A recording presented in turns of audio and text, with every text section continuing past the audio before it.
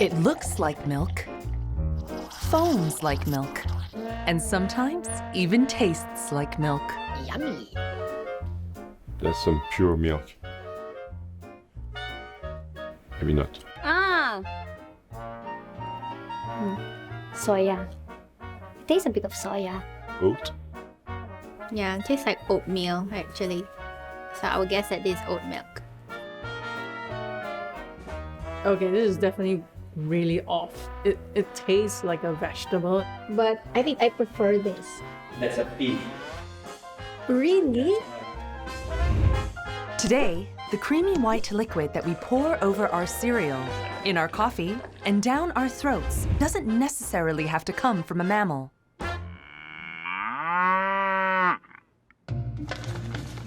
In fact, the notion of milking plants is not new.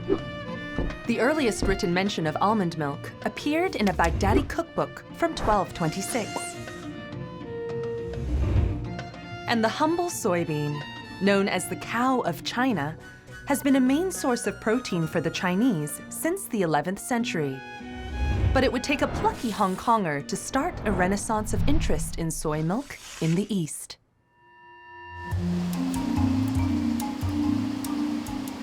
The particular formulation that Dr. Low invented 80 years ago, we are still selling as is. I don't think there's anyone I know who has not drank a Vitasoy product. In the last decade or so, the wellness era ushered in an extra woke generation that's turning away from traditional dairy and diving headfirst into a world of alternative milks. Oats, almonds, rice, quinoa, pea. Somewhere, a health food company is milking the $12 billion plant milk market. In Britain, one homegrown startup with a unique proposition has risen to the top of the alternative milk space. Nothing in our drinks and our foods that you don't find in your store cupboard. There's nothing you can't pronounce, nothing you can't spell. Plant-based is taking off everywhere, and from our portfolio of about 20 drinks, there is a suitable portfolio and assortment for every single country.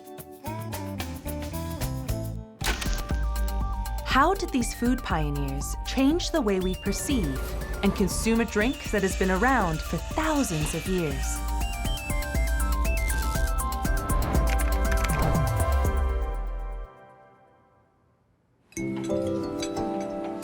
It's a taste that's synonymous with breakfast throughout Asia.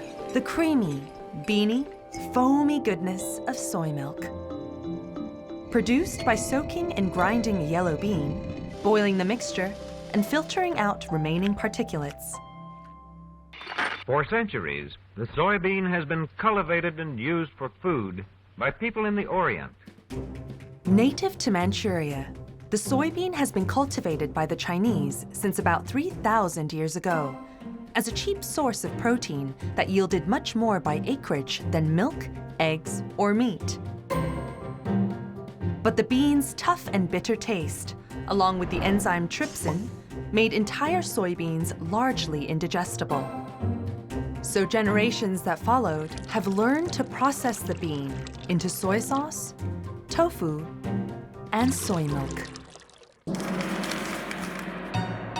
The earliest record of soybean milk sits on a stone slab from the Second Imperial Dynasty, the Eastern Han in China. Its popularity grew during the Qing Dynasty, apparently due to the discovery that gently heating the liquid for at least 90 minutes made it more palatable among lactose-intolerant adults. By the 18th century, street vendors were hawking fresh hot soy milk, or doujiang, as a breakfast food. Consumption of soy milk had spread to England by the 14th century, and in 1908, a Chinese gentleman, Li Yuyi, established the Usine de la Caseo Sojan, the world's first soy dairy, in the suburbs of Paris. By 1929, 2 Shanghai factories were selling over 1,000 bottles a day, and another in Beijing was almost as productive itself. But it would be this name that most of Asia associates with soy milk today. I don't think there's anyone I know who has not drank a Vitasoy product. Here's Vitasoy's sustainability director, Simeon Chang, with the story of how it all began. The year was 1939. World War II had sent refugees fleeing China for next-door Hong Kong. And a 27-year-old business graduate by the name of Lo Kui-seong wanted to help. Our founder, Dr. Lo, was volunteering, so he was visiting the refugees and bringing daily supplies. He noticed that their health wasn't in good shape and they were suffering from malnutrition. Dr. Lo remembered a lecture he attended in Shanghai. The lecturer was telling him about how soy is really the cow of China, how soy can replace the more dairy-based diet. So he started teaching the refugees how to make soybean milk themselves. He noticed very quickly that there is an improvement in health condition. That made him realize that maybe that's the solution for Hong Kong at the time. In 1939, Dr. Lo and 4 friends formed the Hong Kong Soybean Products Company and named their product Vitamilk. But even amongst the Chinese, who were no strangers to the soybean, the strong beanie flavor of Vitamilk took some getting used to. Lo began working with experts on methods for improving taste and production, homogenizing coconut oil into the soy milk to give it a richer flavor. I still remember it the first time I tried. I asked the soy milk together with the cereal just to try. And I was really impressed by the way it tastes. The particular formulation that Dr. Lo invented 80 years ago, we are still selling as is. Roberto Guidetti is current CEO of the 80-year-old legacy brand. And Vitasoy's founding purpose is a big reason the Italian was drawn to the company. I was working for a different company before Vitasoy, and I was surprised by the fact in some of these restaurants that we were visiting, on every table there was this beverage in a glass bottle. And so I asked my colleagues, what is this brand? And then they explained to me the history, and I felt, wow, this seems to be a very unique proposition and an idea of providing a healthy product, but also providing a product that in a way it is produced is not a burden to the environment. By mid-1941, Vitamilk sales had risen to 1,000 bottles a day. But when the war came to Hong Kong, the company had to shut operations. In 1945, with peace restored, Lo borrowed 50,000 Hong Kong dollars and brought Vitamilk back to production. In a few years, he learned to sterilize and package the soy milk in soft drink bottles instead of the standard half-pint milk bottles, giving it a 6 months shelf life. The product was rebranded to Vitasoy in 1953, the first beverage of its kind in the world. At this time in the West, plant milk was still relatively unknown outside the circles of vegetarians, hippies, and the odd eccentric like Henry Ford, yes, of the car company, who was an early soy evangelist. Amongst the thousands of products made from hemp, one of the most extraordinary is Henry Ford's plastic car. Built in 1941, it contained cellulose fibers derived from hemp, sisal, and wheat straw. In 1956, Leslie Cross, vice president of the British Vegan Society, a nascent group of animal rights activists, established the Plant Milk Society, which became the first company in the Western world to make soy milk widely available. In 1977, a small startup in Boulder, Colorado, began manufacturing soy milk. Silk will go on to become one of the largest selling plant-based milk producers in the US. Similarly, in 1980 Belgium, Alpro was founded, quickly becoming Europe's leading soy producer.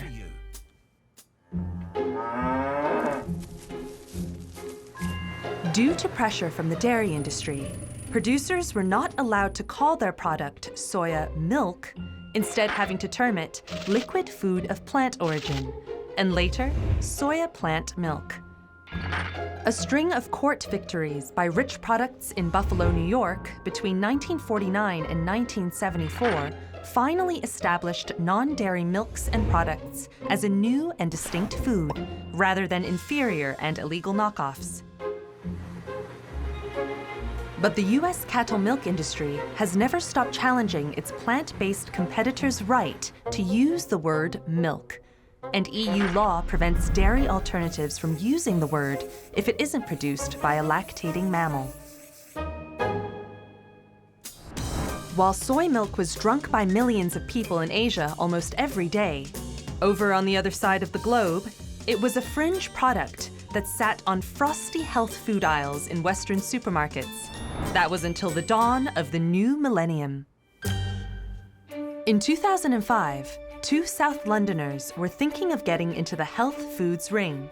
But it was breakfast cereals, not milk, that was on their minds.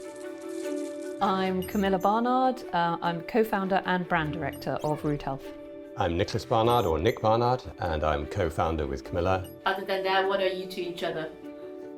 We are married. We remain married after 16 years of Root Health. Nick and Camilla, young parents at the time, were struggling to find the right foods to feed their kids.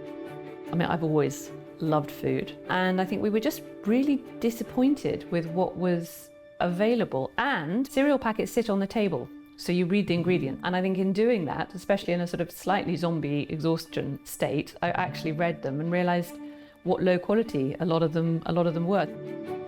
The couple decided that they were going to create a really great muesli with all natural, all organic ingredients, right there in their own kitchen.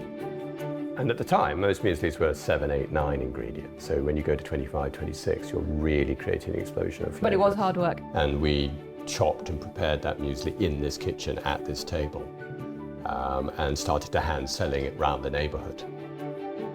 4,000 pounds, a few aprons, and the back of the envelope business plan later, the Barnards were peddling their muesli around the neighborhood and to the local health food stores.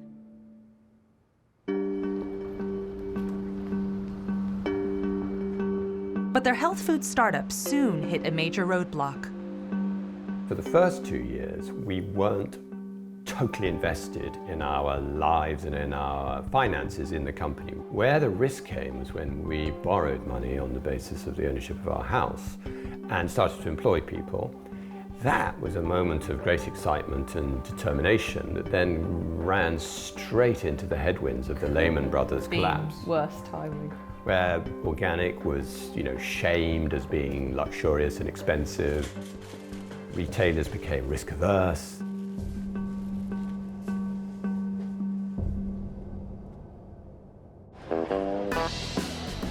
But by 2010, the economy did bounce back, and so did people's appetite for organic foods. And as they were doling out their cereals at sampling sessions, Nick and Camilla noticed another opportunity. I was finding that more people were asking for something other than milk, because we usually offer milk. Every tasting, there'd be somebody. And at the time, there were options that weren't milk, but they tended to taste pretty rubbish, quite gritty. The ingredients were awful. So that then coincided with a gentleman who was very powerful in the breakfast cereal industry, came to visit us in the office, and he made a throwaway remark. Root Health is a great brand. You understand nuts, grains and seeds. You could do a drink. Ping, something went off inside a light bulb, which of course is ridiculous because we all knew we could do it, but this was the trigger.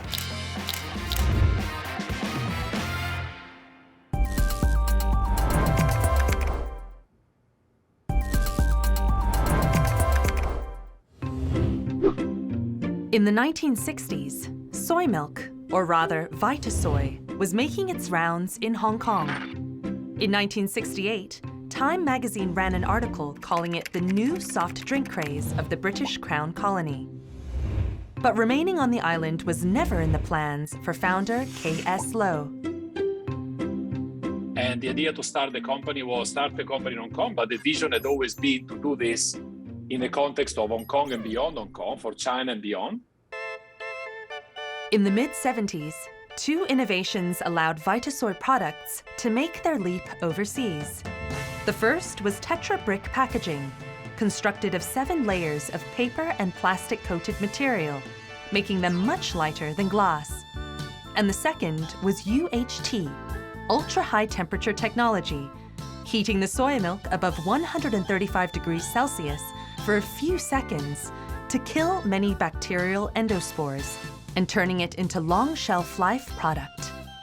I think Vitasoy are actually the first company definitely in Hong Kong, if not that part of the world, to bring in and partner with Tetra Pak, but giving the product that sort of 6, 9, 12-month shelf life obviously started to open up a number of doors where it was possible to start to freight the products around the world. Exports of Vitasoy were going to over 20 countries by the early 1980s. In 1981, Vitasoy became the first Asian soy milk to be imported to North America. But it would be the enormous demand across the border in mainland China where Vitasoy kicked growth into high gear. Towards the beginning of the 90s, the company, leveraging the expertise that we had in Hong Kong, we were able at the beginning to have a successful establishment of the business in the south. But when you go into central China and you go into eastern China, we had to develop a different model. And in the case of Wuhan, we developed a model that started from the eating and drinking, restaurants, on-premise business, offering basically our product together with food. The case of Shanghai, the big trigger for the expansion was starting our tea business.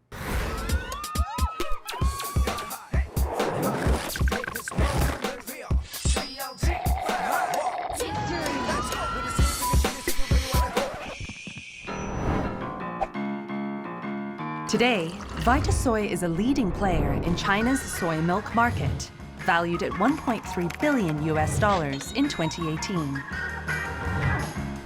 Besides exporting to 40 markets internationally, it had started production in Australia and New Zealand and took over a tofu business in Singapore, helmed by Managing Director Chris Marchand. I was a business manager I was selling milk basically into the supermarkets. To be honest, the Vitasoy brand just resonated very strongly with me. The sustainability angle has always been something that I'm very passionate about. We make many, many different kinds of tofu, which was a very eye-opener for an Australian coming over to Singapore. You know, you talk to friends in Singapore, they're surprised that there's someone who looks like me who's making tofu. It takes a lot of water to make tofu, so we've really been able to reduce the amount of water that we do to make a kilo of tofu, and just keep driving those kind of agendas. Packaging is a big one, so it can either be very easily recycled or doesn't have a very big impact back into the environment.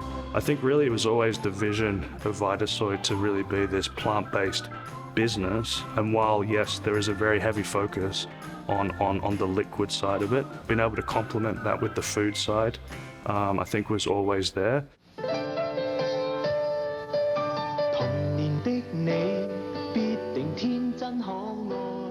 Despite its international success, Vitasoy was still only dabbling in the world of soy, until CEO Roberto Guidetti saw an opportunity. Over the last couple of decades, the attention to health and attention to well-being has definitely increased all over the world. It was 2013, so we had to basically, as a company, decide, is this something that is meaningful to us? Should we open and develop a plant-based portfolio as opposed to continue to grow soy? And we made the decision to then do that. And that's because of that decision that happened in 2013 that now as a result, we not only have almond in our portfolio, but we have rice, we have oat, we have coconut, and these are options which are sold with different formulations across different markets. That same year, a pair of South Londoners with a cereal and snack company called Rude Health were also on the cusp of launching a line of non-dairy milks. But just like everything else the Barnards wanted to make, finding the right ingredients, as well as the people who were willing to make non-dairy milk the way they wanted it, proved to be a challenge. There's nothing in our drinks and our foods that you don't find in your store cupboard. There's nothing you can't pronounce, nothing you can't spell. We work with, as I say, predominantly family-owned and family startup businesses that are good at sourcing with us. But what we do is we push them in the right direction. So we say, okay, you're going to have hazelnuts. We want hazelnuts from Piedmont at a Tondo Gentile hazelnut. The best hazelnuts in the world. What happens is we might talk to 10 different producers, but because we want this ingredient from that particular place, we always end up with one producer who can give us the ingredients we want and do the methods we want, and it's okay with the ridiculous requirements. There's a fine line between coercion and inspiration. Inspiring, yes, coercion inspiring individuals to make the right decision. In 2013, when Root Health launched 3 flavors of plant milks, oat, brown rice, and, almost as an afterthought, almond, they happened to get the timing right. Buoyed by a trend of fit young Instagrammers sharing health foods all over social media, Root Health's almond drink became the company's best-selling item in any category. We got in there at exactly the right time. We were probably the first brand in the UK that was a lifestyle dairy-free drinks brand rather than a needs state dairy-free drinks brand. In the plant milk category, publicity is everything.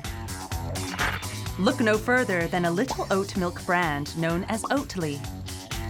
Crafted in the 1990s by Swedish food scientist Rikard Oste, Oatley went from a little-known Swedish brand to the world's largest-selling oat milk producer with the help of some attention-grabbing ad campaigns. Having spent years making great food in dour packaging, the Root Health team realized that their communications needed some changing up. Dairy alternative drinks is a really relatively new category, and a lot of shoppers come into it completely blind, so not really knowing what they're looking for, either from a brand or also in terms of flavor or functionality. So these were our first dairy-free drinks that we launched with, brown rice, almond, and oat drink. So we very quickly definitely wanted to elevate the packaging so that it's brighter, bolder, and we really bring out color. The color is totally different. It pops, it's vibrant.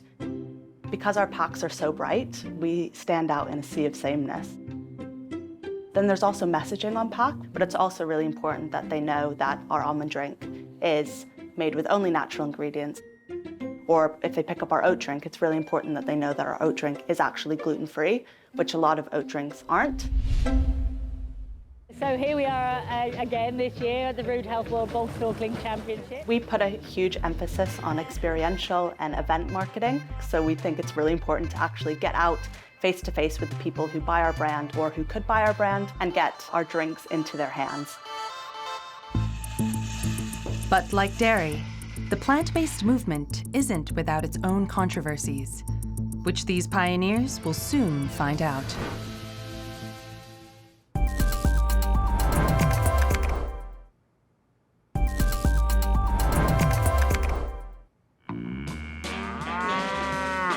Drinking milk as we know it is a recent phenomenon.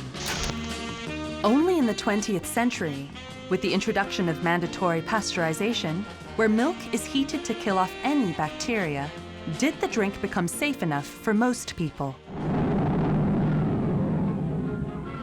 The First World War pushed the Brits at a time when food was limited and child malnutrition rife, to start consuming milk as the original superfood. Dairy products of all kinds to supply nutrition needs of United States civilians, United States servicemen, and our allies. In the US, the Attlee and Truman governments both passed measures to ensure milk was available free with school meals. And more recently, the Got Milk campaign sent a loud and clear message. If you wanted your children to grow up big and strong, they needed to be drinking milk. Most of us are, in fact, born milk drinkers. Babies' guts produce the enzyme lactase, which breaks down lactose, the sugar in breast milk and cow's milk, into the simpler sugars. But for the majority of humans, production of the enzyme lactase plummets after weaning. It is the reason that worldwide, more than 2/3 of all adults are considered lactose intolerant, and a glass of the white stuff can induce bloating, stomach pains, and diarrhea. The allure of cow's milk began its decline in the 70s. In 1975, the average American consumed around 130 liters of milk per year. In 2017, it was just 66 liters. 1,000 dairy farms in the UK closed between 2013 and 2016. Milk's reputation as a healthy food is also under threat from anxieties about bovine antibiotics, animal cruelty, and the industry's environmental impact. Sometime in the early 2000s, the idea of clean eating became popular in the US, spreading contagiously across social media from the Western world to Asia. This trend towards healthier foods, it's when organic foods became more and more desired across Asia because of rising middle classes, more concerned parents, people that were traveling abroad. That would have happened around 10 to 15 years ago, that you started seeing organic products coming on shelves. But in the last 5 years, there's been this huge rise in what I call the barista coffee culture. Coffee shops are the hottest thing going in Asia, even from an investment point of view. And obviously the rise of Starbucks over the last 5 to 10 years has played a part in people knowing and being exposed to things like almond milk. And then in the last couple of years, oat milk. And then finally, of course, especially in the last 18 months, the rising environmentalism movement, flexitarianism. We were starting to see ethical brands. We were starting to see conscious consumerism.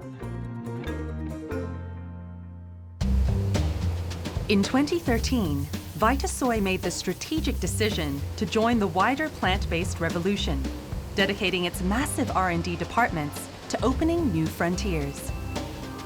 I had basically personally already stopped animal liquid dairy milk before joining the company for health reasons, and I found that to be very inspiring. There was a real person who had started the company with a view to achieve a certain outcome, and that this, despite so many years, this pioneering idea, it was now ripe for mainstream. In addition to its classic range of soy milk, Vitasoy introduced almond, coconut, and oat. It enriched the nutritional benefits in its different products with added calcium, vitamin D, dietary fiber, and other essential micronutrients. Produced a low-sugar range of drinks and a barista range to serve the health-conscious coffeegoers. Anytime that you're opening a new front is something that requires a longer lead time than you think. I mean, we were talking before about our entry into the almond segment. You can obtain a milk that has this profile in many different ways. You can actually use real almonds, raw almonds, almond paste. You can use oils, right? So these are a number of things that you don't necessarily know at the beginning, but then through maybe 2 to 3 iterations, you then, the company on a base of expertise you already have, becomes ever more competent. But then in addition to that, the fact that the company started expanding outside of its original home region gave us new insights about how to formulate this product. So for example, in Australia, a number of people who were trying the original formulation gave feedback that they would have liked the color to be different, they would have liked the texture to be different, they would have liked the taste to be a bit less green and to be a bit more neutral, right? And so the company obviously learned how to adjust, and that was a significant success. Lucy knew switching to planet-friendly oat milk would make her feel good. She just didn't expect that. Vitasoy has essentially 2 markets that it's going for. What they did very cleverly, I think, is that they created an entirely different range, which they launched in Australia. And that one is organic, it is more neutral, and it has almond, oat, and soy as well. It's done really well, so well that they've now brought it to the rest of the region. More than just nourish us with protein and calcium. It's kinder to the planet too. Vitasoy, let's grow a better world. The 80-year-old soy giant is also leveraging its huge geographic advantage to crack nascent markets in the region and secure its spot as the Asian leader of plant milk. We have found often that the conversation about this particular movement tends to be a bit Western-centric. For some of us, or most of us who are part of this, we feel that Asia is actually an incredibly important point to be made, because if we're looking at population trends, and if we're looking at where the solutions are actually going to be needed the most, is Asia. 2016, a decade after the Barnards made their first foray into healthy foods, Rude Health is now sitting on a line of alternative milks, everything from pea to tiger nut. Now, in terms of how crowded the market is, I would say that it's getting crowded and crowded. I would say that there is the biggest strongholds dominate. In almond breeds and silk is around 50% of the market in North America. So they have a loyal consumer base, some of them, and it is difficult to compete with them. So we can see that there are a lot of smaller brands, or nimble or gaining brands. We see players like, for example, Oatley, which has built this very strong brand personality around the environment. You know, what we should all be swapping to contribute to the environment in a positive way. Rude Health is one of those players that has positioned itself very well into the health and wellness space, not only because it's organic, and organic obviously is that added sustainability angle as well to the product. That year, Rude Health opened its first cafe, which served as a creative space to showcase their products. I think one day the office was too big for the amount of staff that work for Rude Health, so someone had the idea, let's open a cafe, and then 2 weeks later, a wall was built. So literally behind this wall is the office? That's the office. Yeah, and voila, we've got a cafe.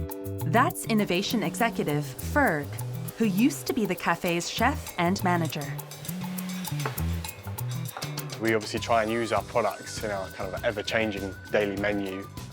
So we use a lot of our drinks in our hot dishes, for example, curries. Our cashew nut drink is brilliant in a curry, and so is our coconut drink, where it's kind of a living, breathing opportunity for us to showcase our products and get direct feedback from customers. And you'll be surprised to learn that the cafe would serve up good old dairy as well.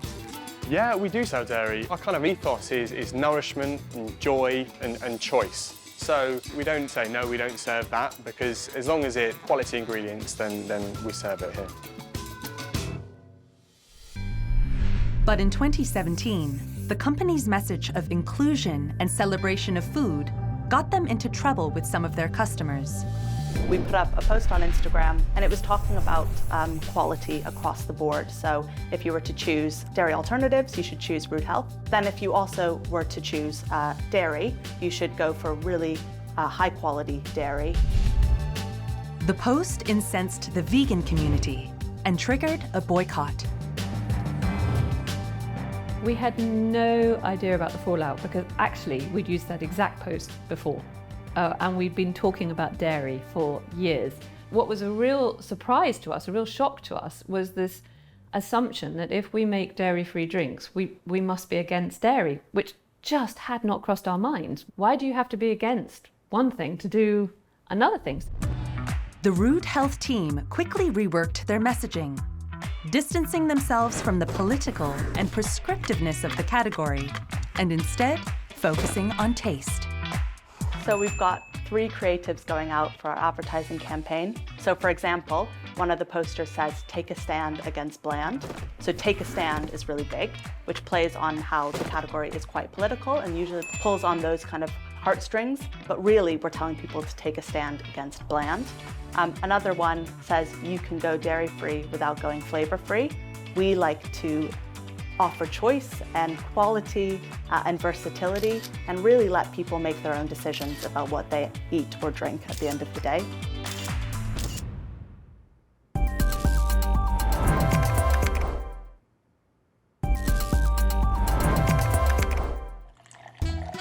In case you haven't heard, there's a worldwide craze for non-dairy milk.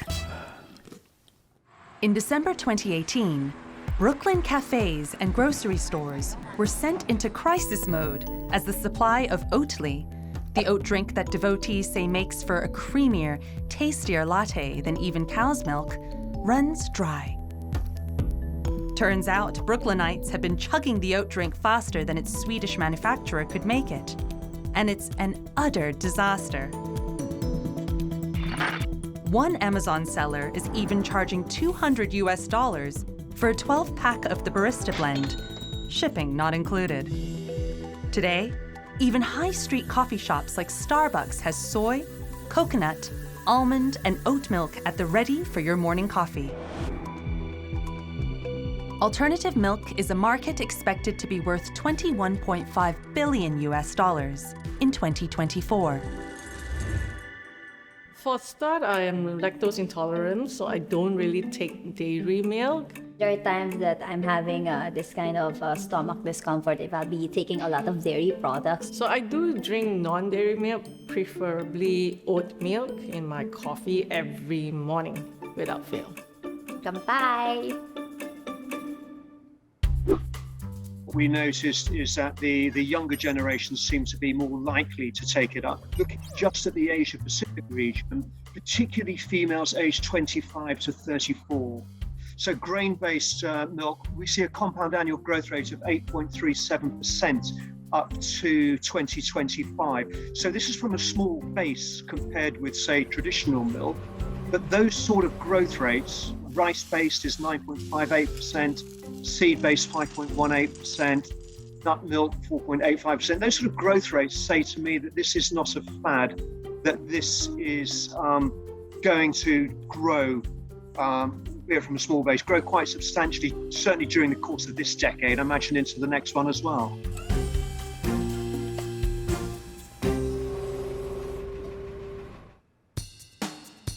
With studies showing that vegetarianism and veganism as the single most effective way to reduce one's own environmental footprint, the meteoric rise of milk with a Y was partly down to its reputation for being friendly on the planet.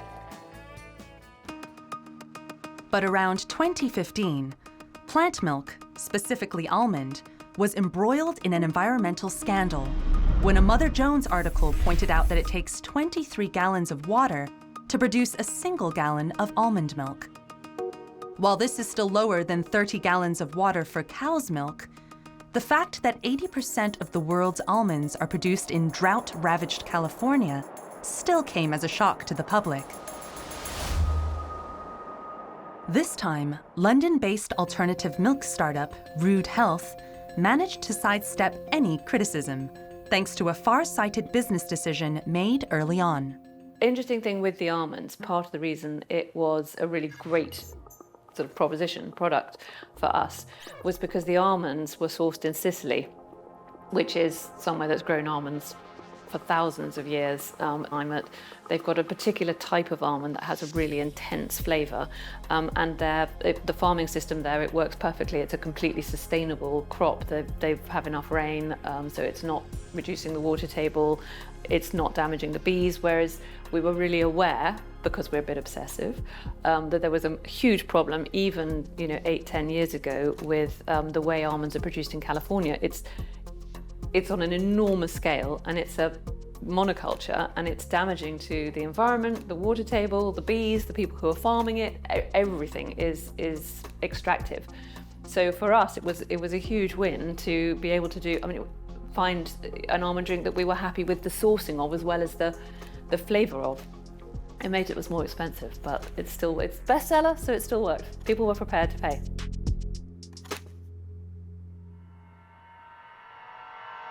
By 2013, Rude Health was exporting its sustainable plant milk all over the world, from the Netherlands, Costa Rica, Portugal, Russia, parts of the Middle East, Singapore, and Hong Kong.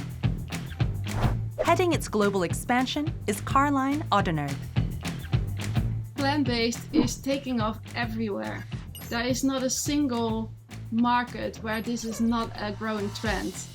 And from our portfolio, about 20 drinks, there is a suitable portfolio and assortment for every single country. Plus that we do a lot of inspirational recipe videos to explain consumers how they can use our drinks, for example. We created an e-magazine with recipes from all over the world, and that goes from sushi rolls to waffles to spring rolls from Vietnam to dumplings from China. Britain's #1 organic plant milk brand is also setting its sights on the massive consumer market of China. 鲈的健康食本有限公司. So this is our Chinese name. Because of the changing customer behavior in China, they cannot travel during the pandemic and they are more health cautious. And so that's why they want more premium brand, Western brand, to be selling in Alibaba. A year after being approached by Alibaba, Root Health began trading on its subsidiary platform, Tmall Global, at the start of 2021, leveraging China's massive e-commerce marketplace to bypass food import regulations and paperwork. 这个是 Root Health， 这是英国很有名的有机植物奶哦。它在2005年，然后去 In March 2021, Root Health began its own live streaming events, a platform on which 30% of China's population watch influencers push various products. And they will even try the product in front of the camera and tell about their feelings, and also they would suggest some usage occasion as well. Chinese consumer, you can think of, they are very open-minded and adventurous. They try any new things. They're happy with all the new devices or new method of communication. 3瓶到手只要90料。 The same year, Root Health received a BCorp certificate after 16 years, formalizing its status as a business that balances people, planet, and profit. This is not about this is the right grain or the right nut. It's about you have this rainbow, this whole group of different drinks that we make that allow you to express yourself and your meal occasion or your drink occasion accordingly. With environmental concerns at the center of today's plant milk revolution, international plant milk company Vitasoy has looked hard at going green in the last decade. I think sustainability is something that is a more mature topic in the Western world, but I think in Asia Pacific it's fast becoming mainstream. And so a lot more consumers are talking about it. ESG has become important in attracting not just consumers but also investment. Household brand Vitasoy has been using cartons made with FSC certified paper. This means that in the span of about 5 years, we have reduced over 20% of our energy use and water use in our manufacturing facilities group-wide. We developed an internal sustainable farming guidelines, and we have implemented that guidelines to all our contract farms in Australia and in mainland China. So we have made a conscious effort to trace all our raw materials suppliers back to the origin to make sure that none of our raw materials are associated with deforestation. In 2018, environmental groups estimated that of the 43,000 tons, or 19 swimming pools worth of drink cartons discarded in Hong Kong's landfills each year, a majority belonged to Vitasoy products. The company responded by recognizing that its product packaging does generate waste when discarded and has been working on a solution to recycle them. In Hong Kong, we are the biggest importer of the paper carton packaging.